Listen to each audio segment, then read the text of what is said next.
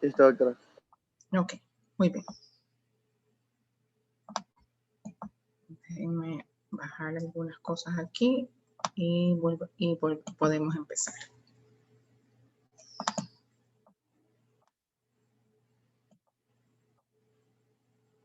Okay. Bueno, el tema que les he preparado es acerca de hemorragia subaracnoidea, siendo una de las patologías neurológicas más frecuentes que se presentan y que vamos a encontrarnos muy probablemente en las emergencias. Entonces es importante tener una idea de cómo sospecharla y las medidas que debemos tener que tomar de forma inicial. Entonces, para empezar, simplemente la definición, recordando que es la presencia de sangre en el espacio subaracnoideo y no solamente en el espacio subaracnoideo, sino también en el sistema ventricular. Y ahí está una imagen que intenta poco ilustrar la situación, y esta se debe básicamente a la ruptura de un aneurisma, pero no es la única causa. Con respecto a la epidemiología, existen incidencias que van entre 10 por 100.000 habitantes hasta 22 por 100.000 habitantes, habiendo a veces este rango de diferencia en algunas poblaciones en las que existen algunas condiciones específicas que acompañan a los aneurismas, como la poliquistosis renal o las alteraciones del colágeno. El 80% de las personas que presentan hemorragia subaracnoidea se van a presentar entre 40 y 65 años en la mayoría de las ocasiones, pero también existen poblaciones en las que se encuentran en gente mucho más joven, entre 20 y 40, más o menos. Mucho más común en mujeres que hombres, y es importante tener esta consideración ya que no es infrecuente encontrarla durante el embarazo. Y durante el embarazo nos vamos a encontrar con algunas particularidades. Siendo la tomografía de cerebro la forma en la que la vamos a diagnosticar, imagínense ustedes, ante una cefalea muy intensa en una mujer embarazada, pues no podríamos realizar como rutina una tomografía sin contraste de cerebro, y de pronto allí podríamos tomar algunas otras medidas que se las iré mencionando en la presentación. Entonces, simplemente esto es como para ilustrar que los tipos de aneurismas que podemos encontrar, y que los aneurismas no solamente los vamos a encontrar en el cerebro, sino en cualquier parte de la economía humana, que pueden estar en la aorta o en sus arcos, pueden ser más centrales o pueden ser periféricos, pero en términos generales los podemos clasificar de acuerdo a su forma en aneurismas saculares, como se ve en la ilustración, forma un saco, obviamente ese saco con una pared mucho más débil, y esa debilidad en la pared permite que ante los cambios bruscos de presiones, la presión intravascular va a poderse generar una ruptura. También se pueden presentar los aneurismas de tipo fusiforme, en los cuales ya no se produce esa dilatación localizada, sino que un sector mucho mayor de la arteria se dilata en la totalidad. La diferencia entre el aneurisma sacular y el fusiforme es que el sacular va a presentar una especie de cuello, y esa especie de cuello va a permitir en un momento determinado realizar una adecuada embolización, en el caso en lo que ese sería el tratamiento a elegir, o si se elige el clipaje, también la presencia de este cuello en el aneurisma lo podría permitir de una manera adecuada. Y el otro tipo de presentación de aneurismas tenemos el pseudoaneurisma, que no es otra cosa que la lesión de una de las paredes, generando que salga sangre hacia un sector dentro de las mismas capas del vaso sanguíneo y produciendo disecciones, ¿no? Y esta es la causa más frecuente de las disecciones que se pueden presentar. De lo que más hemos escuchado disecciones, por ejemplo, en arterias grandes como la aorta, que pudiera presentarse, pero pues no es tampoco extraño que pueda ocurrir en alguna de las arterias del cerebro. En cuanto a la etiología y a la patogenia, la causa más frecuente en general de hemorragias subaracnoides son los traumas de cráneo. Cuando hablamos de toda la totalidad de subaracnoides, los traumas de cráneo. Pero de la ruptura aneurismática es la causa más frecuente de lo que se considera hemorragias espontáneas. Es decir, que nosotros podemos dividir a la hemorragia subaracnoide en dos grandes grupos: en las secundarias a traumas y en las que son secundarias a la ruptura aneurismática. El 80% de los que son espontáneas o aneurismáticas se va a producir por la ruptura de aneurismas saculares, que se van a localizar por lo general en la arteria comunicante anterior. Entonces, esa es como que la localización más frecuente de los saculares en la comunicante anterior. Ahora, el 20% de estos aneurismas podrían ser no solamente únicos, como esperaríamos, porque si es un solo el aneurisma y ese único aneurisma le damos tratamiento, pues nosotros estaríamos tranquilos de que no vamos a tener el problema. Lo que pasa es que el 20% van a estar acompañados de otros aneurismas dentro de el mismo territorio, ¿no? El mismo encéfalo. Y por lo general son en la circulación anterior y también los de mayor tamaño son los que van a tener más frecuencia en posibilidades de romperse.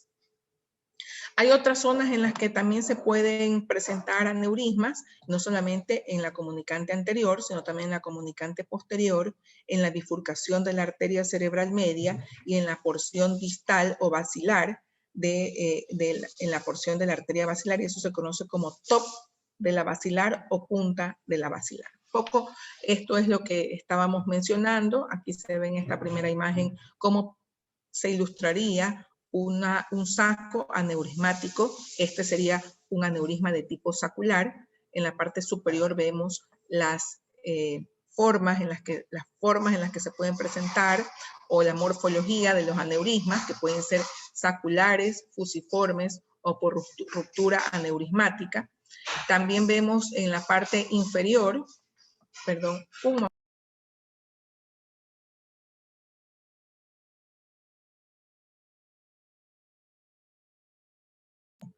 la parte inferior también vemos las clasificaciones de acuerdo a la morfología, como ya les indiqué, saculares, fusiformes y disecantes.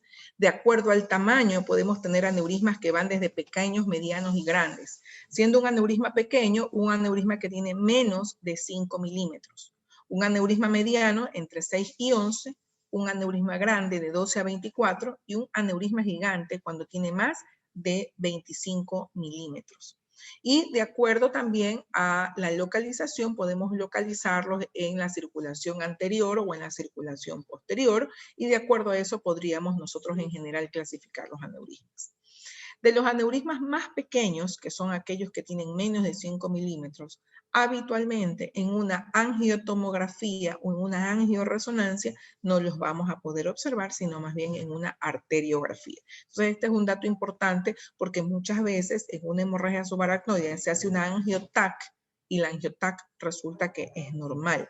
Y es normal porque probablemente el aneurisma es un aneurisma muy pequeño de menos de 5 milímetros. Se dice que aquellos aneurismas que tienen menos de 3 milímetros es muy poco probable que se rompan. Y que los aneurismas entre 3 y 5 también es menos riesgo que se rompan versus los gigantes. Pero eso pues ya depende de otras condiciones dentro de la misma persona, dentro de la misma patología. Y luego tenemos también la imagen de dónde son los aneurismas de la comunicante anterior, que como ya había mencionado, son los aneurismas más frecuentes. Luego tenemos hacia un costado, donde sería el aneurisma de la arteria cerebral media y su bifurcación. Hacia la parte posterior, la unión entre la comunicante posterior y la arteria cerebral media, ese aneurisma del comunicante posterior también es bastante frecuente, y es menos infrecuente, pero el más peligroso, es cuando existe un aneurisma en lo que correspondería a la punta de la basilar o top de la basilar. Entonces, esto hasta aquí como parte de los aneurismas fusiformes, para que lo recordemos, no sé si el cursor se lo ve, este sería el aneurisma fusiforme. Ese aneurisma fusiforme tiene algunas particularidades que se las he traído aquí, y es que habitualmente se las va a encontrar en la arteria basilar, ¿no? Habitualmente, que raramente se rompen, pero igual hay que hacerles mucho seguimiento, y pueden estar asociados a aterosclerosis y a infartos por la compresión que pueden generar las estructuras subyacentes de estos aneurismas fusiformes. Cuando no es de naturaleza aterosclerótica, puede ser de naturaleza infecciosa, y de las dos etiologías infecciosas que pueden ser que pueden causar aneurismas fusiformes, tenemos por un lado a la endocarditis infecciosa, y de estos el Streptococcus viridans es el germen que con mayor frecuencia se lo va a relacionar, y por otro lado también pueden ser de naturaleza micótica, ¿no? Menos frecuente, pero también está mencionado. Y el tratamiento habitual, más allá de un tratamiento endovascular, es la antibiótico-terapia de larga duración, o si es que se utilizan antimicóticos de larga duración. Y se opta por un tratamiento quirúrgico en caso de que se rompan. O sea que cuando nos topemos con un aneurisma fusiforme, primero tendríamos que tratar la aparente causa subyacente, obviamente siempre y cuando la encontremos como tal. Hay otras causas de otras condiciones que van a hacer que un aneurisma se rompa, y una de estas es la malformación arteriovenosa. Allí están unas imágenes que también ilustran esta malformación arteriovenosa. Tenemos que hay una red entre todo lo que correspondería a microcirculación entre capilares venosos y arteriales, y por alteraciones del mismo neurodesarrollo se generaría un incremento, un exceso en esta red de vasos sanguíneos, pero que esta red de vasos sanguíneos tiene una pared muy frágil y por lo tanto tendría frecuencia de ruptura. Y se ven dos imágenes, por un lado una imagen que es tipo dibujo y los otros dos que corresponderían a resonancias de cerebro. Y nosotros vamos a observar en las resonancias del cerebro, primero, que están localizados de forma cortical, muy pegados a la corteza. Y segundo, ustedes van a observar allí como una ausencia como una ausencia en la continuidad del parénquima, ¿sí? Esa falta de continuidad en el parénquima es como si tuviera huequitos el parénquima, pero eso en realidad es la falta de señal al momento de la señal del parénquima al momento de hacer la reconstrucción de la imagen. Y por eso es que se ve, como ustedes lo están notando, en el territorio de arteria cerebral posterior del lado izquierdo, y se ve como en lugar de verse homogénea la estructura, es como si tuviera múltiples huequitos esa imagen. Entonces, esos múltiples huequitos es la falta de señal al momento de la reconstrucción en la imagen de la resonancia. Y así es como lo sospecharíamos, como sospecharíamos la presencia de una malformación arteriovenosa. Posteriormente tendríamos que hacer angiotomografía y luego arteriografía, y ahí corroboraríamos la presencia de la misma. Estas malformaciones también tienen los dos caminos del aneurisma, o embolización o cirugía, dependiendo de las condiciones individuales de cada paciente.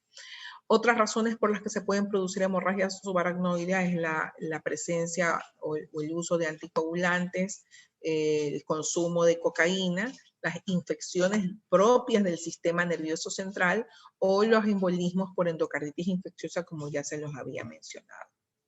Existen también factores genéticos, y ahí era lo que les mencionaba al principio, que pueden hacer que presentemos aneurismas intracraneales. Una de estas, y es frecuente encontrarlo, la poliquistosis renal. Entonces, cuando nosotros observemos una poliquistosis renal y que de paso sea de tipo familiar, no estaría de más sugerir se realicen estudios tipo angioresonancia o angiotomografía ante la posibilidad de coexistir con un aneurisma intracraneal. Y otras enfermedades también del colágeno, como el síndrome de Marfan, el Ehlers-Danlos, que hay una hiperlaxitud en las articulaciones, pseudoxantoma elástico, displasia fibromuscular, también la anemia de células falciformes y la coartación de aorta, son otras condiciones médicas en las que podrían estar muy asociadas a la presencia de aneurismas intracraneales. Adicional, existen condiciones o factores de riesgo que permiten que el aneurisma se rompa cuando ya tuviéramos un diagnóstico, por ejemplo, del mismo, y es que el tamaño del aneurisma, si es que existe la presencia de múltiples aneurismas, como ya se los había mencionado, y cuando existen estos aneurismas en las bifurcaciones. No es lo mismo que se presente un aneurisma como parte de la pared, que tal vez tenga un poco más de densidad esta formación aneurismática, que cuando están en las bifurcaciones, sobre todo en la basilar comunicante anterior y comunicante posterior. Adicional a que la presencia de aneurismas sintomáticos, o sea, cuando un aneurisma está dando muchos síntomas, estos aneurismas tienen más riesgo de ruptura. Les pongo el ejemplo claro. Que exista una consulta médica, por ejemplo, por episodios frecuentes de cefalea intensa y que náuseas y vómitos, por ejemplo, o que haga una tercer par, son síntomas neurológicos y que cuando se hace la investigación nosotros descubrimos el aneurisma como parte de la investigación de esta cefalea o de esta alteración de par craneal.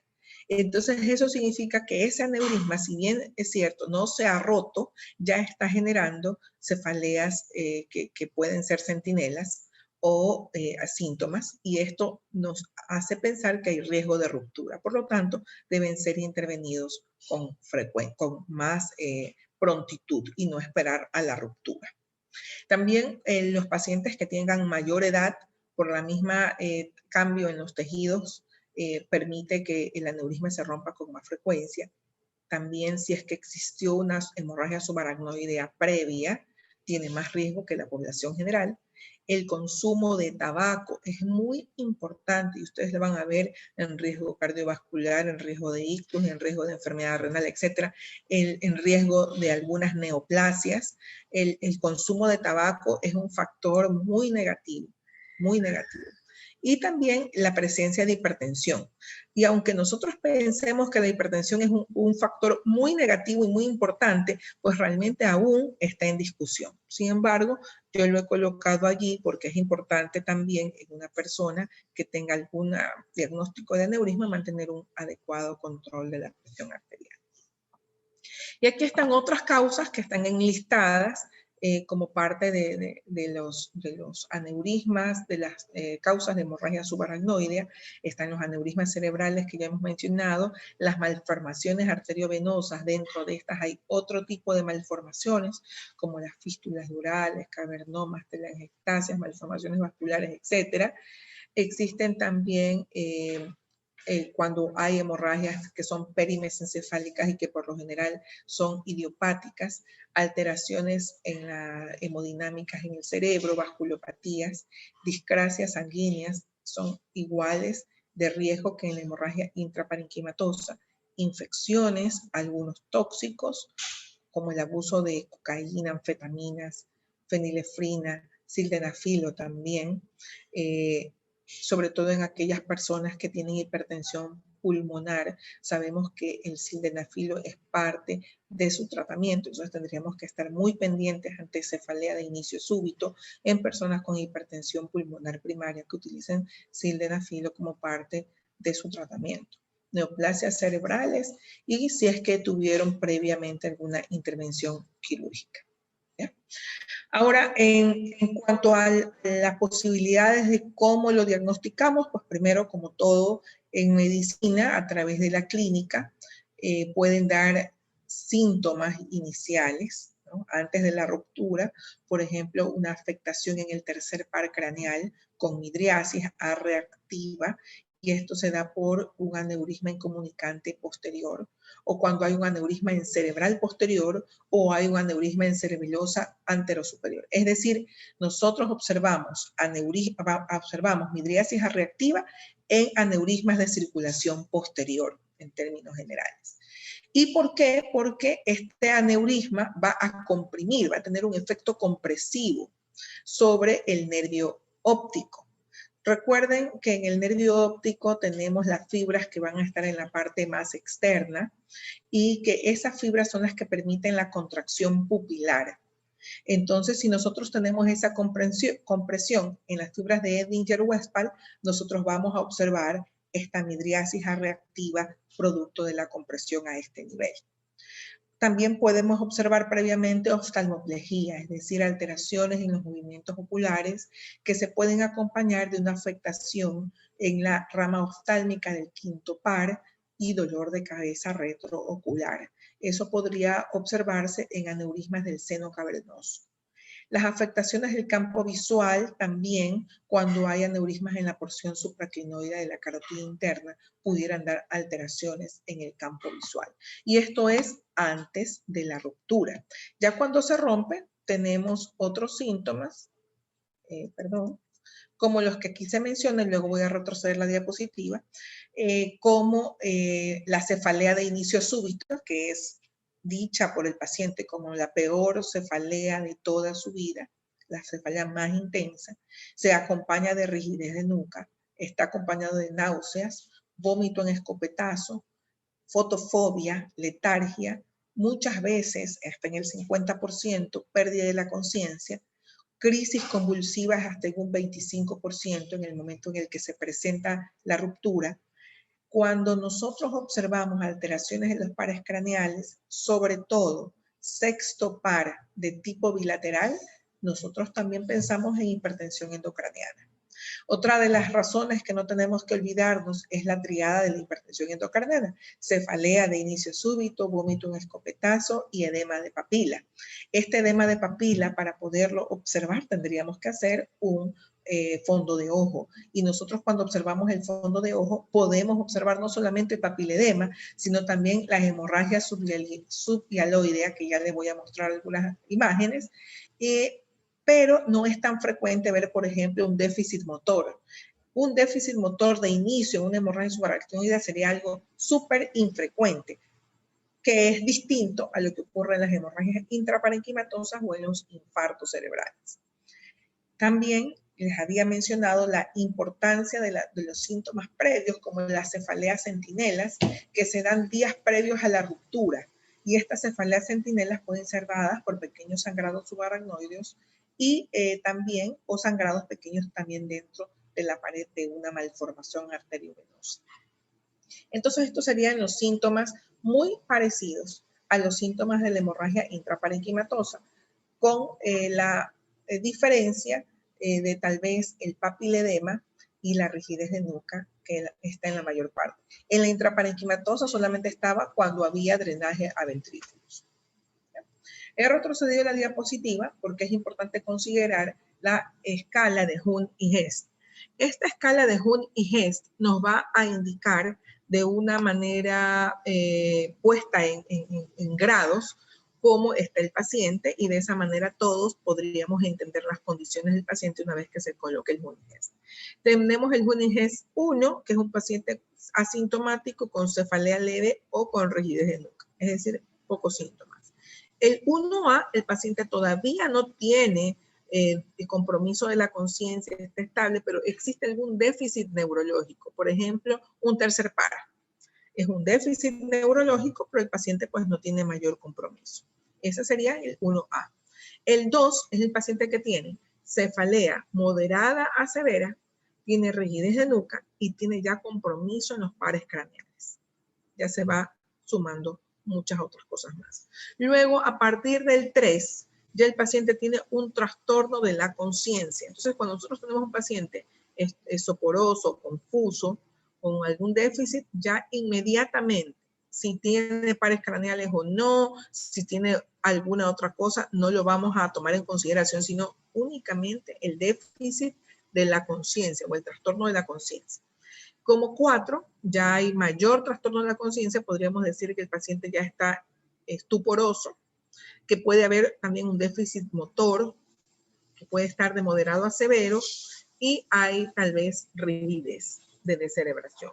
Y el 5 ya es un Hund y Hest con coma profundo, rigidez de descerebración, y el paciente prácticamente estaría en un Hund y Hest muy avanzado, en unas condiciones clínicas muy malas. Entonces, la forma de sospecharlo es a través de la clínica, y luego de que lo sospechamos, lo etiquetamos de acuerdo al Hund y Hest que les acabo de mencionar. Esta es una imagen de cómo se vería el fondo de ojo de una hemorragia subaracnoidea. Vamos a observar sangre en el fondo de ojo, y también tenemos hacia el lado izquierdo una hemorragia subhialoidea. Y para observar el edema de papila, lo que vemos es que el disco pierde el borde. Los bordes van a perderse el borde, y esa es lo que se considera en el fondo de ojo un edema de papila. Adicional al edema de papila, la hemorragia subhialoidea que les acabo de mencionar. Existe, adicional al Juniges, existe esta escala, que es la escala actualmente más utilizada, que es la escala de la Federación Mundial de Neurocirujanos, donde se correlaciona los grados del Juniges con la escala de Glasgow, los grados del sangrado subaracnoideo y el déficit motor.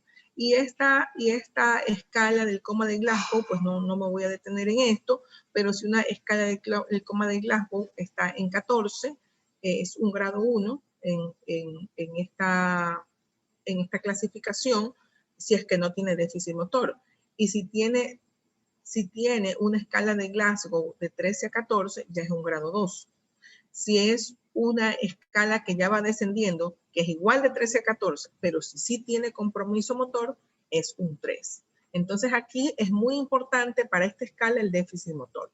Luego ya va descendiendo de 12 a 7, que puede o no puede tener déficit motor, pero cuando tiene menos de 12 hasta 7, este ya es un paciente que ya está en un grado 4 y un grado 5 es de 7 a 3. Es decir, ya es el paciente que necesariamente está intubado y en una unidad de cuidados intensivos, ¿no? Recuerden que un Glasgow menor a 8 ya es intubación sí o sí, así que si estamos hablando de un puntaje de 7 a 3, pues inevitablemente este paciente ya está intubado. E independientemente de que no tenga un déficit motor o lo tenga, ya eso lo convierte en un paciente con un grado 5 en esta escala de la Federación Mundial de Neurocirujanos.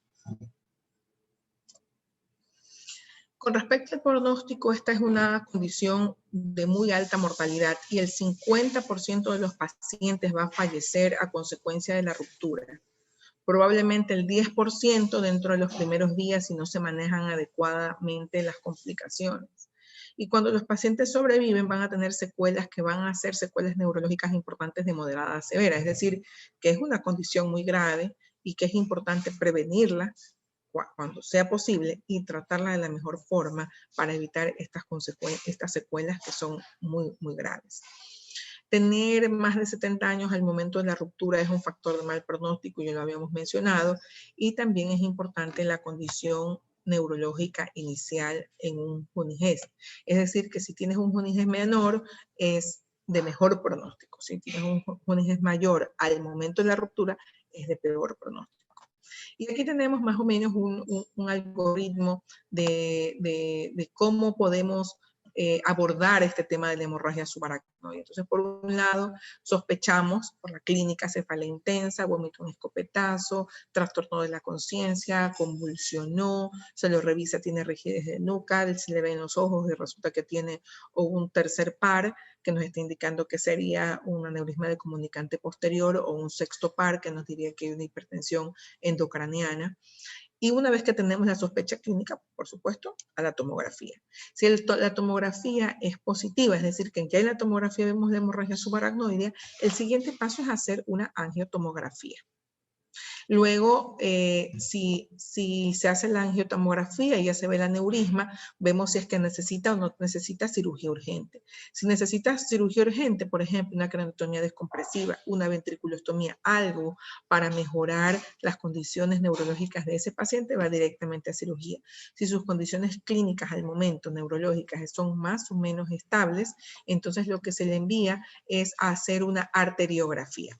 Aunque en el cuadrito allí esté angioresonancia, en realidad la angioresonancia se la hace cuando no se puede hacer la arteriografía, pero lo indicado realmente, el gold estándar, es la arteriografía. Una vez que hacemos la arteriografía, se observa dónde es el sitio del aneurisma y se aprovecha el mismo procedimiento para realizar la embolización en caso de que sea la embolización el camino para ese aneurisma. Y si ya no es el camino para ese aneurisma, se procede a hacer una cirugía para clipaje del mismo. Hasta allí está claro cuál es el camino de la hemorragia subaracnoidea en caso de como abordaje. Ahora vamos al siguiente escenario. Sospecha clínica, hacemos la tomografía y la tomografía nos salió normal. Entonces nosotros podríamos allí pensar, ¿es otra cosa lo que tiene el paciente o es una hemorragia subaracnoide? Si es otra patología, pues la diagnosticamos y ya salimos de este algoritmo. Pero si no, y de acuerdo a la sospecha, a la alta sospecha de la parte clínica, consideramos que sí, pero debemos hacer otro procedimiento para confirmarlo o descartarlo, realizamos una punción lumbar. Si la punción lumbar nos sale positiva, es decir, que nos sale con líquido santocrómico característico de la hemorragia subaracnoidea, entonces procedemos a arteriografía y seguimos el mismo camino anterior. Arteriografía, descubrimos el aneurisma, lo embolizamos en el caso de, o lo enviamos a cirugía.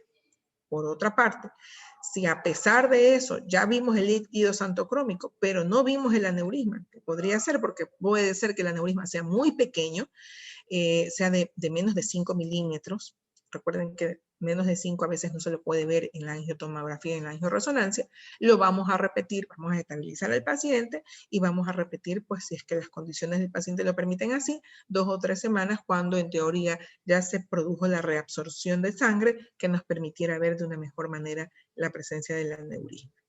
¿Listo? Ahora, ¿qué pasa si la punción lumbar es negativa? Es decir, que no nos salió la santocromia que esperábamos, ya salimos del algoritmo, pues y vamos a descartar otras causas de esa cefalea y esos síntomas que el paciente mencionó inicialmente. El algoritmo anterior lo he resumido en este algoritmo, en donde comenzamos igual, sospecha clínica, aquí he puesto pues las 4 cosas que son para mí más llamativas, que es la cefalea súbita e intensa, la rigidez de nuca, los vómitos y la pérdida de la conciencia. Pasamos a hacer una tomografía sin contraste, si esta es positiva la enviamos a angiotomografía y luego a arteriografía. Y si es negativa hacemos una punción lumbar. Si la punción lumbar es positiva, hacemos la arteriografía. Entonces, es un resumen del cuadro anterior. Hasta allí, por favor, ¿alguna pregunta? Doctora, una pregunta. Y con respecto a las contraindicaciones de la punción, en este caso, si hay pérdida de la conciencia, ¿es una contraindicación? O si tiene PIC, hipertensión endocranial. No, la punción lumbar tiene otro tipo de contraindicaciones. La pérdida de la conciencia no es una contraindicación. La hipertensión endocraniana sí puede ser una contraindicación en el caso en el que nosotros vamos a extraer una gran cantidad de líquido cefalorraquídeo, como a veces ocurre como tratamiento de pseudotumor cerebral. En este caso específico, lo que se quiere ver es si es que el líquido es o no santocrómico. Y no es para estudiar el líquido, solamente es para ello. Por lo que nosotros tendríamos que hacer el fondo de ojo para saber si es que el fondo de ojo nos indica que hay una hipertensión endocraniana como tal, podríamos no hacerlo, pero si el fondo de ojo nos lo permite, nosotros sí podemos hacer la punción lumbar sacando una muy pequeña cantidad de líquido cefalorraquídeo. Dentro de las contraindicaciones serían trombocitopenia, una trombocitopenia severa, que exista algún proceso infeccioso en el sitio de la punción lumbar, serían las 2 contraindicaciones más importantes, no la pérdida de la conciencia. Y otra situación adicional es que podríamos, haciendo la punción lumbar, por las condiciones del paciente o situaciones externas, ser una punción traumática. Y luego pensamos, esto es porque la punción fue traumática o es por una subaracnoide. Entonces ahí lo que tendríamos que hacer es la prueba de los 3 tubos que ya se los voy a comentar luego de revisar algo de la tomografía. No sé si con eso le aclaré la pregunta. Sí, doctora, gracias. Okay. Entonces, en cuanto a la tomografía sin contraste de cerebro, eso es lo que vamos a pedir ante la sospecha clínica, es la primera elección y es lo que vamos a hacer de inmediato. Entonces, nosotros tenemos que fijarnos en las cisternas basales. Recuerden que cuando vimos tomografía, pues yo insistí mucho en revisar el tema de las cisternas basales justamente por este tema. Tenemos que ir a fijarnos en el líquido, en la sangre que puede haber alrededor del encéfalo o en las cisternas o en los ventrículos que vamos a observar en las primeras 48 horas. A veces Y si no se produjo un resangrado, comienza a ver la reabsorción del sangrado y ya no vamos a ver la sangre en las cisternas. Entonces, sí, por eso es importante hacer la tomografía de la forma, casi de forma inmediata, ¿no? Afortunadamente en la mayoría de nuestros hospitales y ya en muchos centros de atención médica existe disponibilidad de tomografía, lo que convierte a esto en una condición favorable para el diagnóstico oportuno. Dependiendo de la cantidad de sangre que vayamos a ver, nosotros podemos ver que si es que hay una cantidad de sangre importante, va a predecir que hay más riesgo de vasoespasmo. Para eso utilizamos la escala de Fisher, que ya se las voy a mencionar también en las siguientes diapositivas. Y de acuerdo a dónde vemos el sitio del sangrado, nosotros podemos saber cuál podría ser la localización del aneurisma. Y un poco nos puede orientar al momento de buscar en el árbol vascular durante la arteriografía. Entonces, por ejemplo, si hemorragia es intraparenquimatosa como tal, más podríamos sospechar que es de arteria cerebral anterior o de arteria cerebral media, si es intraparenquimatosa. Si es interhemisférica, podríamos pensar que es aneurisma de comunicante, de aneurisma de cerebral anterior o aneurisma de comunicante anterior en la interhemisférica. Pero si es una hemorragia en la cesura de Silvio, más bien podemos pensar que es un aneurisma de comunicante posterior o de cerebral media. Entonces, de acuerdo a dónde vemos el mayor sitio del sangrado, eso nos puede orientar. Esta orientación nos sirve para el momento de revisar la arteriografía, pues ir un poco a buscar esto, ¿no? Pero siempre es importante hacer una revisión completa, pero esto nos sirve de mucha orientación. Entonces, ahí están algunas imágenes de hemorragia subaracnoidea. Vemos en el A, observemos las cisternas que están llenas de líquido, de sangre, ¿ya? Y observamos también una mayor imagen hiperdensa en la parte del centro. Esa sería una ruptura de aneurisma de cerebral de comunicante anterior. ¿Ya? Miren que está justamente donde es la comunicante anterior. En el B podría ser un aneurisma de cerebral media, porque vemos una hemorragia justamente intraparenquimatosa. Vemos el sangrado subaracnoideo, observen en el espacio subaracnoideo, en las fisuras, está lleno de sangre y adicional hay sangre en los ventrículos. En el ventrículo lateral del lado izquierdo hay un sangrado que va hacia el ventrículo y también en el cuerno posterior, adicional a mucho edema y hay ya una línea media desviada. Y en la tercera imagen observamos también en la sangre a nivel de los surcos y cisuras. Vean cómo la cisura de Silvio, en este caso, también está completamente llena. Parecería un sangrado masivo. ¿Dónde se rompió? Pues ahí tendríamos que ya hacer la arteriografía. En la primera imagen sí pudiéramos sospechar en aneurisma del comunicante anterior, porque si nosotros vemos en la parte posterior de la tomografía, no observamos sangrado. Aquí vemos otras imágenes relacionadas a lo mismo y me pareció muy didáctico esta imagen, por eso se las puse en la presentación, porque vemos, por ejemplo, que con flecha azul, ahí está la presencia de los surcos hemisféricos con la flecha azul, con la flecha púrpura está en la cisura de Silvio, con la flecha roja, la cisterna supracelar, la verde, la perimes encefálica. Recuerden lo que nosotros habíamos visto en la clase de imágenes. En la siguiente imagen de esta misma diapositiva está ya la ruptura de un aneurisma sacular.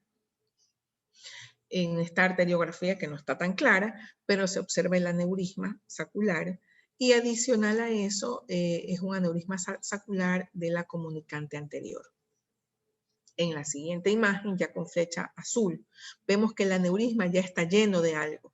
Ese lleno de algo es el gel de la embolización, que se coloca por vía intravascular, se inyecta dentro del aneurisma para que se llene todo el aneurisma con el contenido de este gel y luego pues no se produzca la ruptura del mismo, ¿no? Y con esto se disminuyen las posibilidades de resangrado, que es una de las mayores complicaciones del sangrado subaracnoide. Aquí está otra vez la imagen, son dos imágenes de lo mismo, donde se observa un sangrado subaracnoideo, se observa sangre en la cisura de Silvio, y ahí está en la cisterna insular, en la cisura interhemisférica frontal y en la cisterna cerebelosa superior. Esta es en esta tabla vemos la escala de Fisher. En esta escala de Fisher es la escala tomográfica de Fisher. Tomamos 3 escalas hasta el momento. Una es que es clínica, la de la Federación Mundial de Neurocirujanos, que es acerca de cómo vamos a etiquetar a esa hemorragia subaracnoidea, ayudándonos de el Glasgow y de que si existe una focalidad en el paciente. Y esta es la tercera, que es la escala tomográfica de Fisher. Una escala 1 es la hemorragia sin hemorragia subaracnoidea, es decir, tenemos alta sospecha clínica, le hacemos la tomografía normal. Este paciente es el que se va a ir probablemente a punción lumbar. Este paciente con una escala tomográfica de Fisher 1. Luego tenemos la hemorragia subaracnoidea en la escala de Fisher 2, donde observamos alrededor del parénquima unas líneas verticales con un grosor menor a 1 milímetro.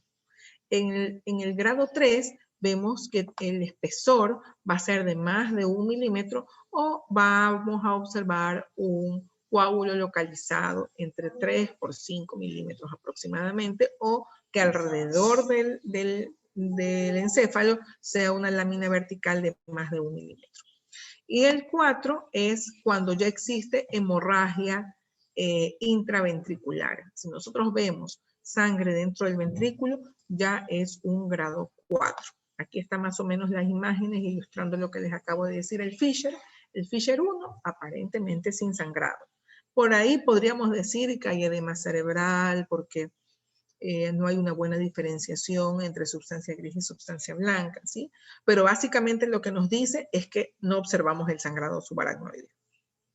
En el grado 2 ya existe sangrado subaracnoideo, noten allí a nivel de la cisura de Silvio del lado derecho, que ya se ve algo de sangre a ese nivel y tiene un grosor de más de 1 milímetro. Entonces sería, menos de 1 milímetro el Fisher 2. Luego en el Fisher 3, de más de 1 milímetro, se ve en ambos silvios y se ve también en la cisura interhemisférica. Hasta ahí, incluso en este Fisher 3, podemos observar algo de hidrocefalia. Recuerden cuando comentábamos la hidrocefalia, nosotros decíamos que los cuernos de los ventrículos laterales, las esquinas siempre eran anguladas, y aquí ya vemos que se están redondeando. Esto es un signo de hidrocefalia. Luego el tercer ventrículo, que siempre está redondo, aquí está alargado. ¿Sí? Y luego, por supuesto, que vemos que el tamaño ventricular es mucho mayor. Pero en realidad esto que les estoy mencionando es para complementar lo que en su momento les había indicado. Lo que hace que sea un Fisher 3 es que tenga un diámetro laminar, como allí está, de más de 1 milímetro. Y luego en el 4, 4 es cuando ya hay sangre en los ventrículos o un hematoma grande. Entonces, Fisher 1 nada, Fisher 2 menos de 1 milímetro, Fisher 3 más de 1 milímetro, Fisher 4 hematoma o sangre en los ventrículos. ¿Hasta ahí está claro el Fisher? Espero que sí. Bien, ahora retomamos al tema de la punción lumbar, como su compañero lo había comentado. Esta punción lumbar es la prueba más sensible, pero desde segunda elección. Ya no vamos a hacer primero una punción lumbar antes que una tomografía. Primero siempre va a ser la tomografía, y está indicada cuando la tomografía es negativa, o yo le diría con un poquito más de tecnicismo, cuando tenemos un Fisher 1. ¿Sí? Y que exista una fuerte sospecha clínica. El líquido va a hacerse antocrómico, como está en la imagen, es decir, se le ve amarillo. Recuerden que el líquido cefalorraquídeo tiene que ser como agua de roca, transparente como agua de roca.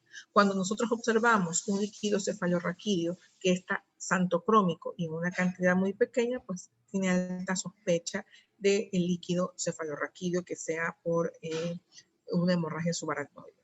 Esta xantocromía la podemos encontrar pocas horas después de que se produjo la ruptura, es decir, a partir de entre la cuarta y la sexta hora se puede presentar ya con un pico mayor a las 12 horas, pero que esta santocromía puede persistir incluso 3 semanas posterior a la ruptura.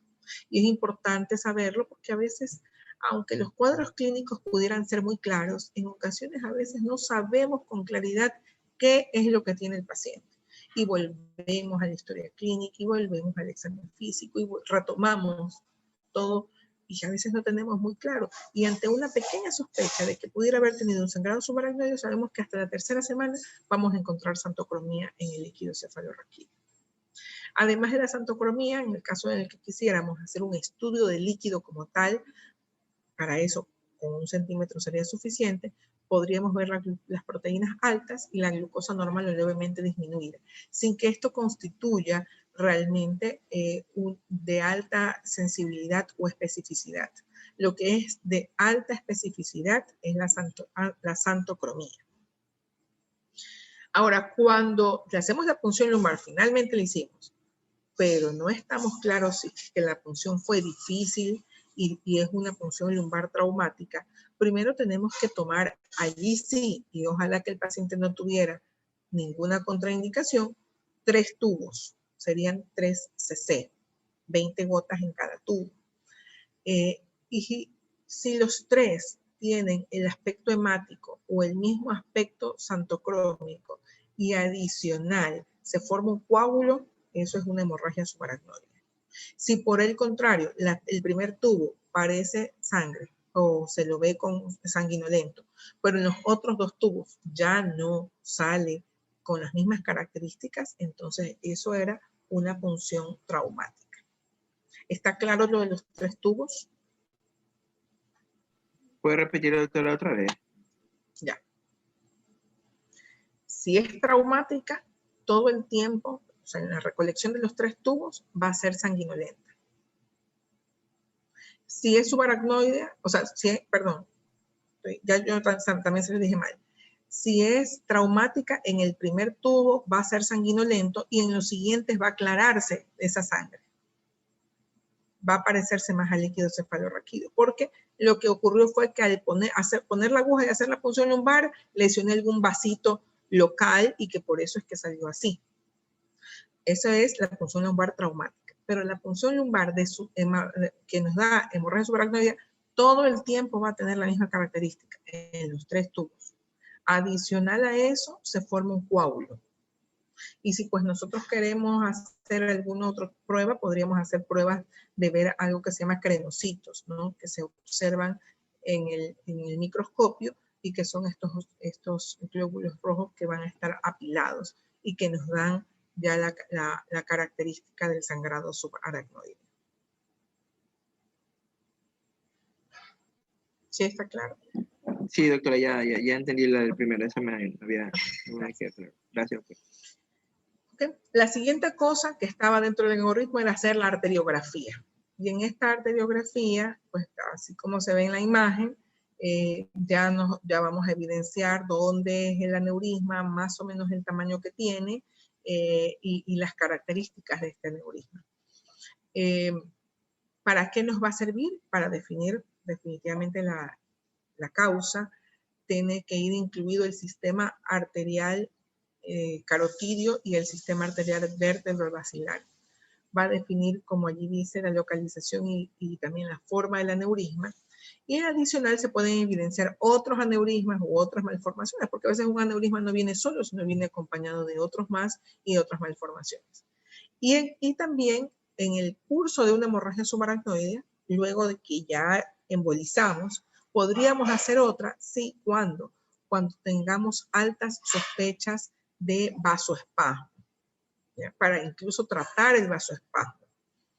Pero para el tratamiento del vasoespasmo o para el diagnóstico del vasoespasmo, también existen otras técnicas menos invasivas. Recuerden que para hacer la arteriografía hay que hacer punción en la femoral, en la arteria femoral, y con un catéter y una guía se llega hasta la circulación cerebral. Por lo tanto, se constituye en un método invasivo. Actualmente también existe el abordaje ya no solamente por la arteria femoral, sino también en miembros superiores, en brazos, por la arteria radial en algunas ocasiones. Para eso se necesitan introductores mucho más pequeños, pero también se pudieran hacer. Pero el grado del vasoespasmo no solamente es a través de la arteriografía, sino que existen métodos no invasivos como el Doppler transcraneal, que lo podremos repetir y que nos da una orientación también clara de la presencia o no de vasoespasmo, pero aquí hay un detalle, que es operador dependiente. Es decir, que quien lo haga tiene que hacerlo de una manera adecuada, para que tanto la ventana en la que se insona como la técnica que se use sea la correcta para que nos den los resultados adecuados. En esta imagen, que también es una arteriografía, se ve el aneurisma en la punta de la basilar, que es uno de los aneurismas más complicados, digamos, más graves, en el caso de que se presentara una ruptura. Y allí tenemos facilito pues la revisión de las arterias vertebrales que se unen, forman la basilar se bifurca y se bifurca en arteria cerebral posterior izquierda y derecha, y justamente en este sitio de bifurcación o punta de basilar o top de la basilar es donde se encuentra el aneurisma que en este momento estamos observando. Existen algunas recomendaciones ya para el diagnóstico. Esto es una guía española del año 2016. Desde el año 2016, me parece a mí, o 15, hasta el momento no han habido mayores cambios, y si los ha habido, pues yo les actualizo la información de inmediato. Pero en todo caso, ante el diagnóstico de la hemorragia subaracnoidea, se debe referir, por supuesto, a un centro especializado, por lo menos un lugar donde puedan tener un recurso neuroquirúrgico y un angiógrafo para embolizar o no embolizar. ¿Sí? La hemorragia es un proceso grave con un amplio espectro de presentaciones, por lo que podría ser mal diagnosticada. Entonces, al ser mal diagnosticado, es importante que esa cefalea de inicio súbito siempre se la considere una posibilidad de hemorragia subaracnoidea. Y teniendo esta consideración, podríamos llegar rápidamente al diagnóstico y tratarlo a tiempo. Y eso es un nivel de evidencia 2B. Adicional a que para el diagnóstico la elección es la tomografía, ya se los había dicho, sin contraste, es más accesible que la resonancia, y adicional a que la tomografía tiene que hacérsela de inmediato, porque en la medida en la que pasa el tiempo, recuerden que después de las 48 horas ya podríamos no observar la sangre en las cisternas por un proceso de reabsorción, por lo que debe de hacer inmediato, y en la medida en la que pasan los días va perdiendo esta sensibilidad. Y eso es un nivel de recomendación 2B. ¿Sí? Si la tomografía es negativa, y se los voy a leer, la sospecha clínica persiste, es aconsejable una punción lumbar, y pasadas las 3 semanas, tanto la neuroimagen como el líquido podrían ser ya normales. Por lo tanto, hay que ganar el tiempo. Si vamos a hacer una punción lumbar porque la tomografía inicial no nos dio nada o no nos aclaró el diagnóstico, tenemos que hacerlo de manera oportuna.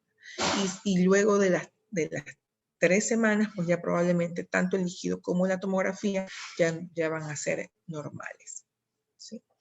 Para identificar cuál es la fuente del sangrado es la resonancia, dicen en esta recomendación, pero vuelvo a aclararles que es la arteriografía. Solamente cuando no se puede hacer una arteriografía se hace una angioresonancia, porque sigue siendo la arteriografía el gold estándar para el manejo. Tanto la arteriografía como tanto la angioresonancia como la angiotac son sensibles a la presencia de un aneurisma, pero no en los aneurismas que son menores a 5 milímetros. Es decir, los mayores a 5 milímetros se los va a poder observar bien, pero los menores no. Y probablemente esos son aquellos pacientes que vamos a tener que de forma inicial o de forma más prematura hacerles una arteriografía. Actualmente cada vez toma más fuerza el estudio del Doppler transcraneal. y todas las cosas que les he mencionado al momento tienen un nivel de evidencia 2B dentro del grado de recomendaciones. Por lo tanto, son cosas válidas. Ahora, para hablar de las complicaciones, tenemos complicaciones que son no neurológicas y complicaciones que son neurológicas. Las complicaciones no neurológicas, dentro de estas, tenemos la hiponatremia, que está entre el 4.º y el 10.º día, y esta hiponatremia va a ser por lo general debido a un síndrome perdedor de sal cerebral o un síndrome de secreción inadecuada de hormona antidiurética, dando una hiponatremia dilucional por lo general. ¿Ya? Y también la presencia de arritmias cardíacas por una excesiva estimulación adrenérgica. Puede haber arritmias, pueden también presentarse infarto agudo de miocardio, edema pulmonar no cardiogénico, tromboembolia pulmonar, neumonías y hemorragias digestivas. Entonces, estas complicaciones no hay que hacerlas como que son menos importantes, porque pueden descompensar al paciente. Muchas veces el paciente deteriora su nivel de conciencia y resulta que es hiponatremia. O nos olvidamos que también tenemos que cubrir la parte cardíaca y resulta que podría sobrevivir por hemorragia subaracnoide, pero fallece por un infarto agudo de miocardio. O nos despreocupamos un poco del tema de la probabilidad de arritmias y de pronto una noche que el paciente pueda tener una buena evolución pueda generar una arritmia que pueda comprometer su vida. Entonces, aunque son complicaciones no neurológicas, no son menos importantes que las neurológicas y las tenemos que tener en consideración. Las complicaciones neurológicas no las he puesto aquí, pero las neurológicas, hay 3 complicaciones que no nos podemos olvidar, que es la hidrocefalia, el resangrado y el vasoespasmo. ¿Ya? Tal vez yo lo he colocado de una manera inadecuada en el orden. ¿Y por qué les digo esto? Primero siempre pensemos en el resangrado, luego pensemos en el vasoespasmo y luego en hidrocefalia. Porque aunque no es matemático, más o menos podemos decir que el vasoespasmo lo podemos presentar, que el resangrado lo podemos presentar con mayor frecuencia hasta el día 7. El vasoespasmo hasta el día 14 y la hidrocefalia hasta el día 21. ¿Sí? Entonces les repito, resangrado hasta el 7, vasoespasmo hasta el 14, hidrocefalia hasta el 21. No es exacto porque esto no es matemático, pero es una forma de no olvidarnos de que lo primero que hay que hacer es tratar de bloquear ese aneurisma para que no resangre. Y luego de eso, a la par desde el momento del diagnóstico, tratar la posibilidad del vasoespasmo, porque el vasoespasmo genera infartos con daño de tejido cerebral. Y la hidrocefalia, que podemos verla hasta la 3ª semana, también se puede presentar de forma aguda, pero no es tan frecuente, pero a veces el paciente ya sobrevivió, ya no resangró, no tuvo vasoespasmo y de pronto se empieza a deteriorar. Si ya se empieza a deteriorar después de los 15 días, al día 18, 20, lo más probable es que tenga una hidrocefalia que hay que tratar. Entonces, como yo se los dije, en ese sentido voy a empezar con el resangrado, que este resangrado se considera que se puede presentar cuando se rompe el coágulo perianeurismático. Recuerden que ante cualquier ruptura del mismo cuerpo, nuestro sistema de coagulación trata de cubrir esa ruptura generando factores de coagulación que vayan a actuar sobre esa ruptura. Se puede presentar el coágulo y este coágulo puede lisarse rápidamente y de esa forma generar el resangrado. Cuando hay un resangrado en una hemorragia subaracnoide, hay 75% de mortalidad.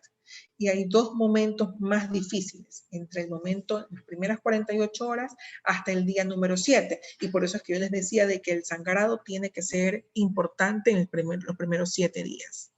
¿Sí?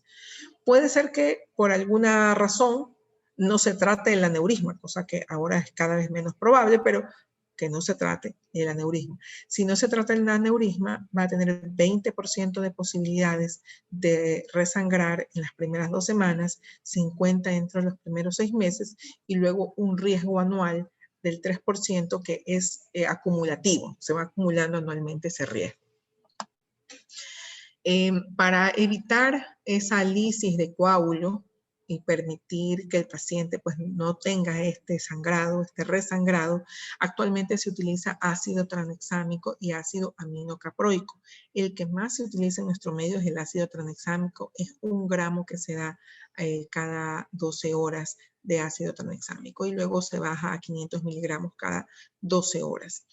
Este ácido tranexámico permite que no se rompa el coágulo, pero sin embargo puede aumentar el riesgo de vasoespasmo y de hidrocefalia, por lo que para que no exista resangrado, más que utilizar un fármaco, lo importante es excluir el aneurisma de la circulación general, es decir, ya utilizar algún método para eliminar ese aneurisma, sea una embolización por vía endovascular o sea un clipaje de aneurisma mediante una cirugía.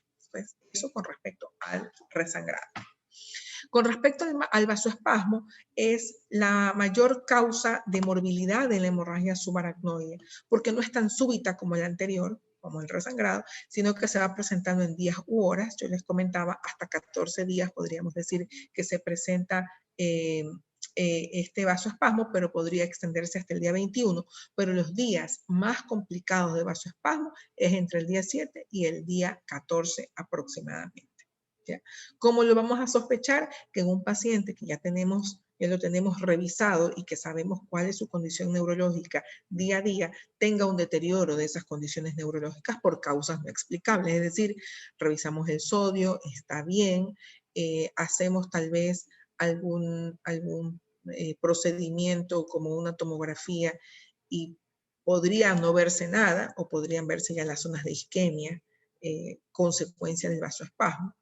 De no verse nada, tendríamos que ir a hacer una arteriografía probablemente si es que pensamos en un escenario invasivo, pero en un escenario en el que tengamos disponibilidad un Doppler transcraneal, es preferible realizar un Doppler transcraneal debido a que es un método que se le puede repetir y que no es invasivo.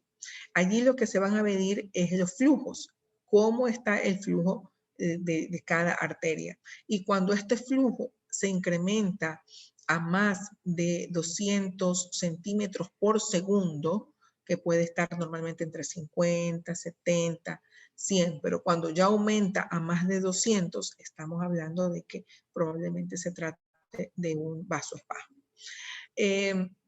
Siempre la parte clínica gana, es decir, que a veces detectamos vasoespasmos en estudios de imágenes, en estudios de Doppler, pero clínicamente el paciente está bien. Si el paciente clínicamente está bien, pues le creemos al paciente. Sin embargo, no dejamos de tomar las medidas para el vasoespasmo. Dentro de las medidas para el vasoespasmo está el uso de la nimodipina a 60 miligramos cada 6 horas en vía oral. También se pueden utilizar en vía endovenosa. Pero ni la oral ni la endovenosa demostraron diferencias significativas para evitar diferencias en cuanto a su respuesta. Es decir, que da igual si lo usamos oral o si lo usamos endovenoso porque los dos funcionan. Ese es el mensaje. Ahora, haciendo un análisis de la biodisponibilidad, por supuesto que endovenoso va a tener mucha mayor concentración sanguínea que el oral. Pero al momento de la efectividad, los dos funcionan. ¿Ya? Que no está mencionada porque se han puesto en discusión es la sobrehidratación del paciente. Hidratarlo un poco más para mantener un mayor volumen intravascular y de esa manera evitar el vasoespasmo. Pero esta medida no es adecuada para todos los pacientes y tampoco siempre. Porque para hacerlo, primero tenemos que ya tener el paciente embolizado o clipado. Es decir, que no exista riesgo de que resangre. Porque si le vamos a poner más volumen, va a aumentar la presión intravascular y probablemente va a sangrar el paciente. Entonces, primero, que ya el aneurisma debió haber sido ya tratado.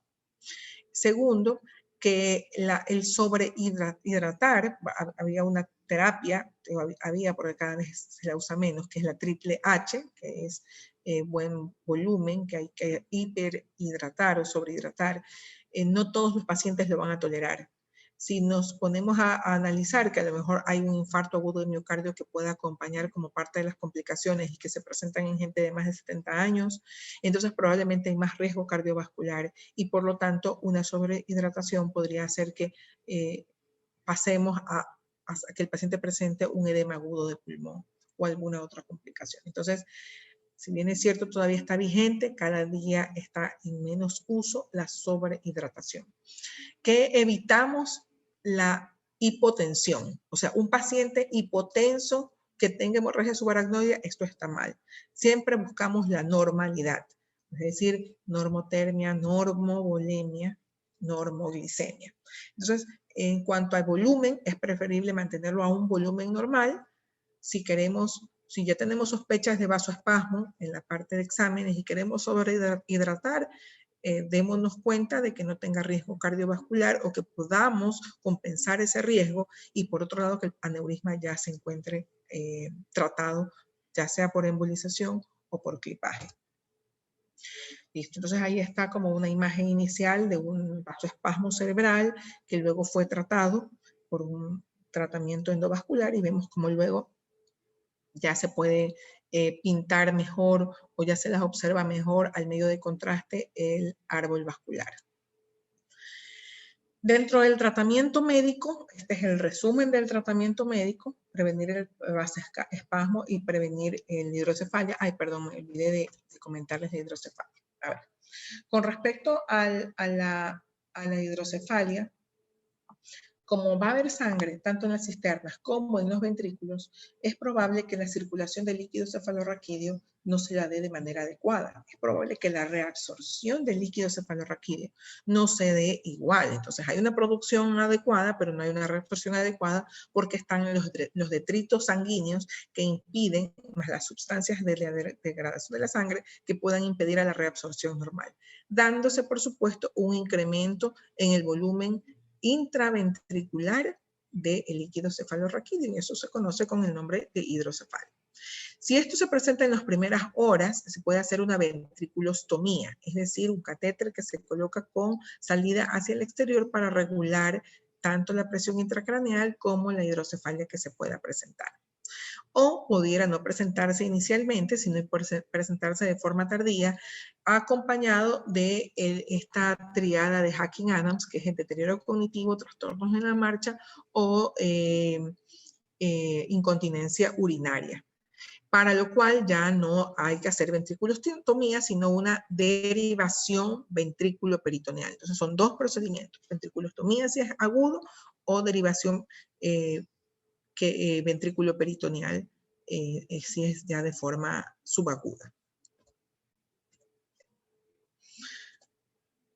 Ahora sí, con respecto al tratamiento médico, no han variado mucho las cosas en todo este tiempo, excepto el uso del ácido tranexámico, que es lo que se ha utilizado en los últimos años.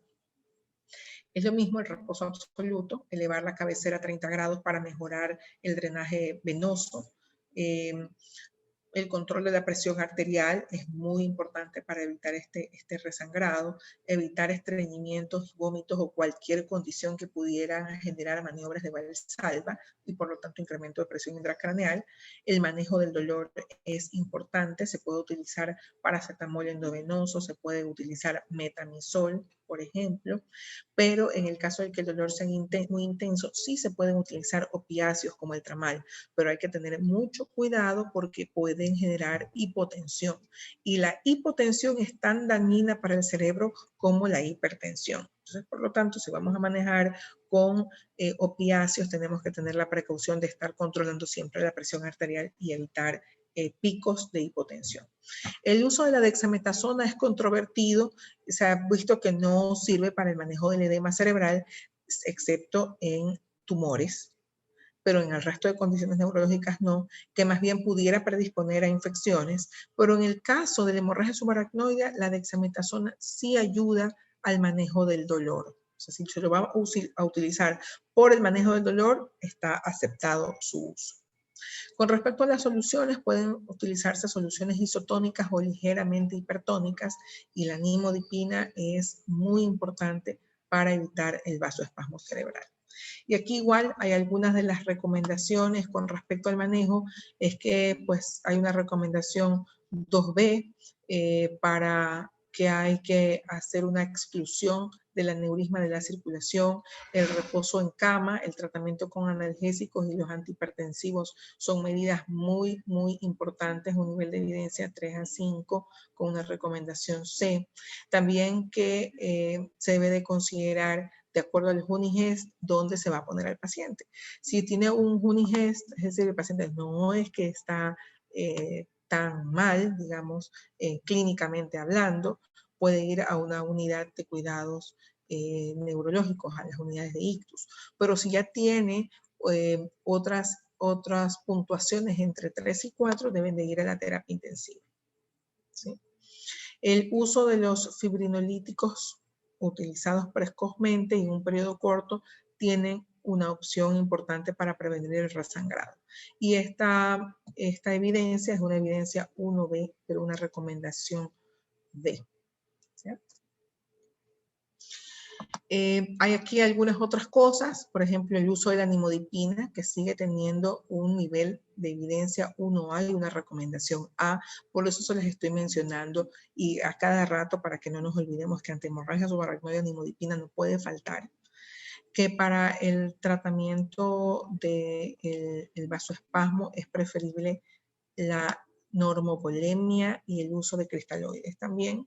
Esta también es una evidencia no tan firme, pero es preferible utilizar soluciones hipotónicas, porque las soluciones hipotónicas, como la dextrosa al 5%, que es una solución hipotónica, puede generar mayor edema cerebral. ¿Sí?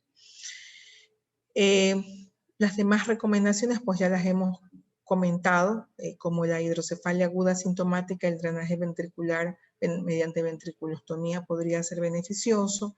En los síndromes de pérdida, esto no los había mencionado, ¿qué hacer con el síndrome de secreción inadecuada de hormona antidiurética? Puede utilizarse hidrocortisona o fluorocortisona para corregir esa hiponatremia del trastorno de secreción inadecuada de hormona antidiurética. Y luego el tratamiento quirúrgico tenemos dos situaciones. O embolizar, que es a través de un catéter que se lo coloca en la femoral, como ya les indiqué, una guía, se llega hasta el aneurisma, se inyecta o se deposita el gel en espiral, que es como ustedes observan, y luego el saco aneurismático ya queda lleno de este gel, evitando ruptura. Y la otra opción es clipar el aneurisma, como se ve en la imagen del lado del otro lado, a la izquierda. Y eso sería todo por el momento con respecto a hemorragia subaracnoidea. No sé si tengamos preguntas, por favor. Doctora, ¿hasta cuánto tiempo puedo usar el tratamiento antifibrinolítico? Ya. Esa es una buena pregunta. Antifibrinolítico hasta la primera semana. Una semana, no más. El bloqueante de calcio hasta el día 21. O sea, el nanimodipina hasta el día 21. Gracias, doctora. Ya, muy bien. Voy a tomarles nuevamente la asistencia.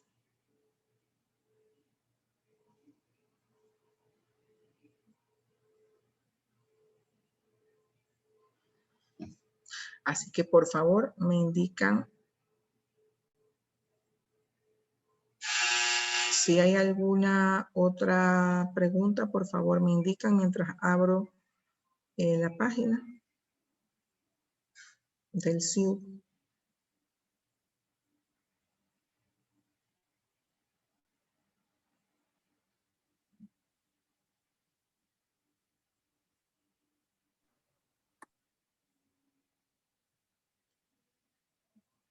Doctor, en caso de que el paciente haya tomado anticoagulantes, entonces el tratamiento a eso sería el antídoto, ¿verdad? El anticoagulante.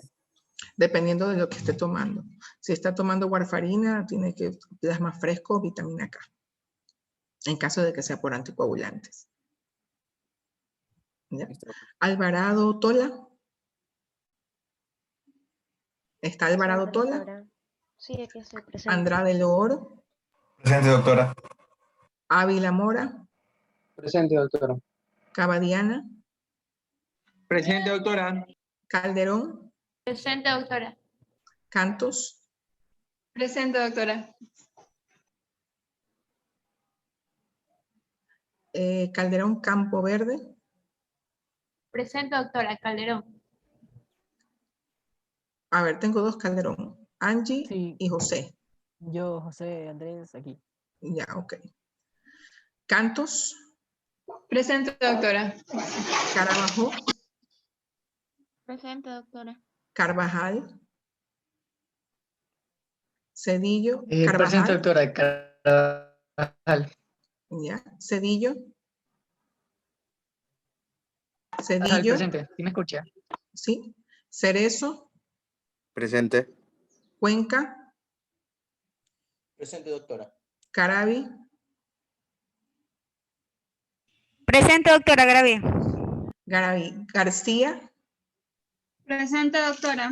Gavino, Guzmán, Aro, Presente, doctora. Buenas tardes. Guzmán, Toala, Naomi,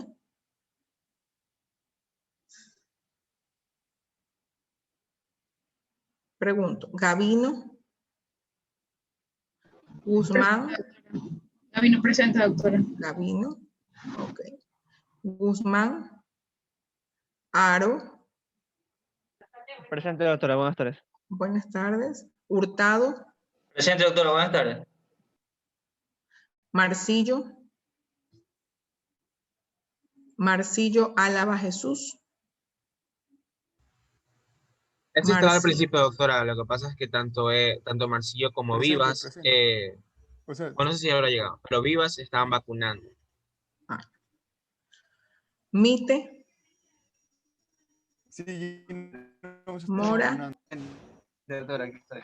Mora Viteri, presente. doctora. Morales, Cárdenas, Buenas tardes, doctora. Presente. Morales. Morales, Ochoa, Presente, doctora. Morales Ochoa. Moreno Chimbo,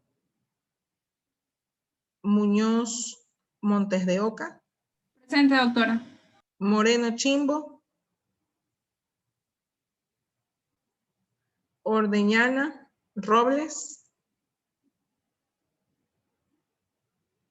Ortiz Vázquez, Buenas tardes, Pérez doctora. Eva- Presente. Ortiz Vázquez, Sí, presente. ¿sí? Pérez Ceballos, Presente, doctora. Buenas tardes. Pilligua Murillo, Presente, doctora.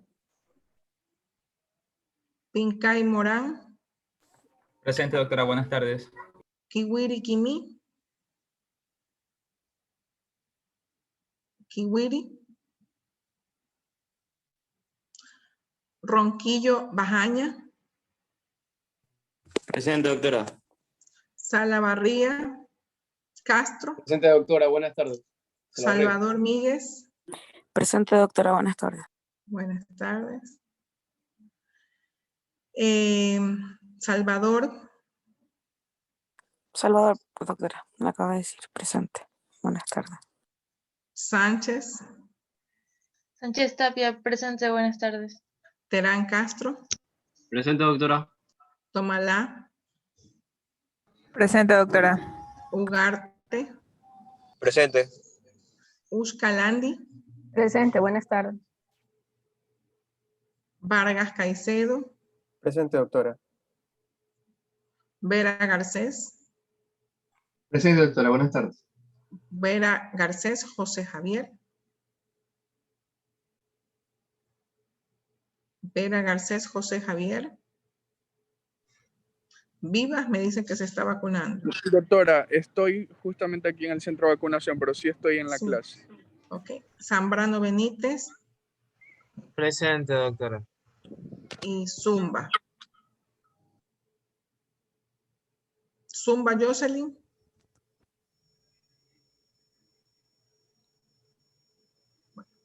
Listo. Muchas gracias entonces Doctora por su Marcillo, ¿tiene asistencia. asistencia? Sí. Viva sí está con asistencia. Marcillo, doctora, él le está preguntando. Ya, listo. Doctora, ¿y Cedillo sí tiene asistencia? ¿Sí? Doctora, Mite también. ¿Me puedo escuchar? Mite con M.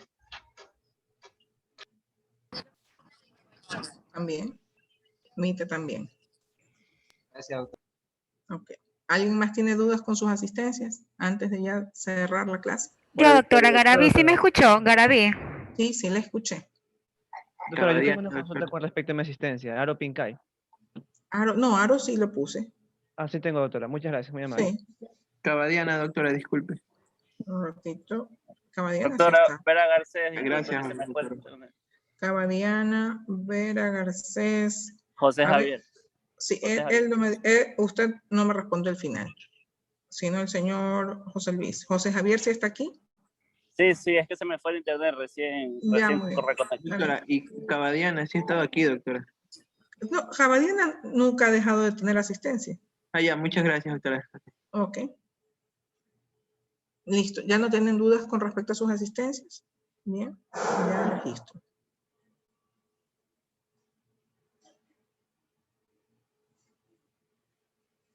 Listo. Bueno, buenas tardes. Antes de ya dar por terminada la clase, quería que me indicaran luego, a través de su compañera, cuando nos reunimos en la noche para poderles presentar trauma de cráneo. O el día miércoles vamos a tener enfermedad de Parkinson en la mañana. Y por eso es que les pido 2 clases en la noche para ver esos últimos 2 temas y ya poder exponer cuál va a ser el examen. Para el examen, llegaríamos al examen con 5 temas, pero tomaría 4, porque uno de esos temas es el que voy a hacer como aporte, como unas preguntas que ustedes las tienen que llenar como parte de su tarea. ¿Ya? Listo. Muy bien. Que tengan buenas tardes. Entonces. Disculpe, doctora. Paul Moreno Chimbo. Pasa que en la segunda vez que tomó lista tuve un problema de la conexión. ¿Cómo puedo poner la asistencia? Un momento, déjeme revisarla. Muchas gracias, doctora. Moreno Chimbo, sí. Sí, en la primera sí le respondí, pero en la segunda no le alcancé a contestar. No. Sí, está bien. Ya, muchas gracias, doctora. Listo, que pasen bien. Que tengan buenas tardes. Muchas gracias, doctora.